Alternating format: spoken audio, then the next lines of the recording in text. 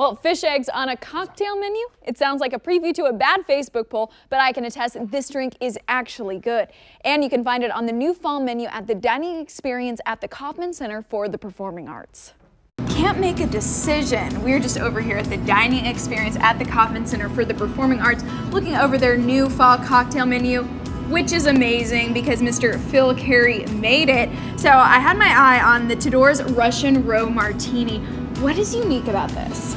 Beautiful martini. It's a high-end shaken martini. We use Contrato's dry vermouth, which still has a very herbaceous but sweeter end. When you think of vermouths, much better than your typical bar well. Then we're also using Stoli Elite, which is a single farm Russian vodka, and we're pouring that over some Russian salmon roe. Okay, so you said shaken, not stirred. We better get to it. Very good. So how do we start? If we're going to take our mixing tin here, and we're going to throw ice in it.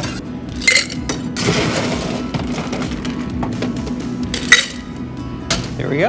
And he also told me that vermouth can make or break a martini. I'm not sure why it's so important.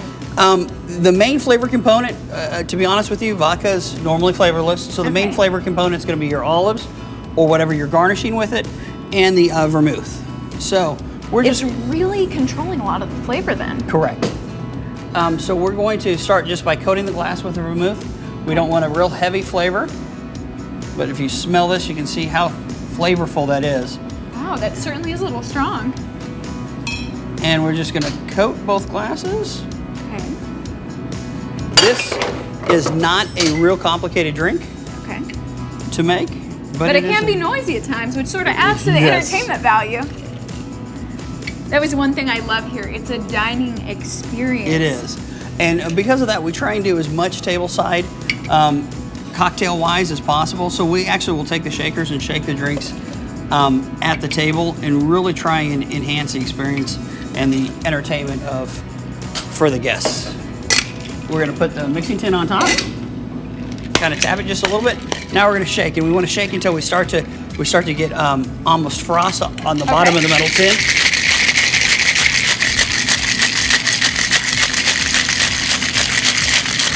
And we're starting to frost up there. Okay. Shaking it actually does a couple different things. It aerates it, so it incorporates air into it. It chills it, and it also dilutes it a little bit, because as the ice is being shaken back and forth, it is actually breaking down and thawing just a little bit.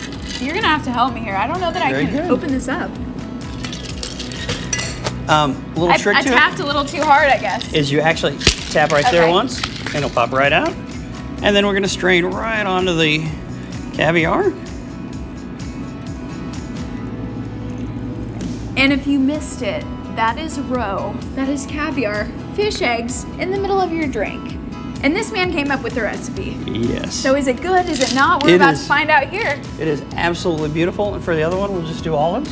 Okay. We gonna cheers? Okay, let's try it. Here goes nothing.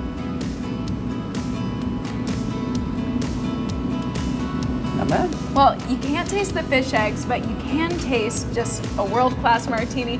Thank you so much, Phil. And that is something that's totally different. I asked Phil why he put roe in a drink, and he said that he didn't know anyone in Kansas City using fish eggs.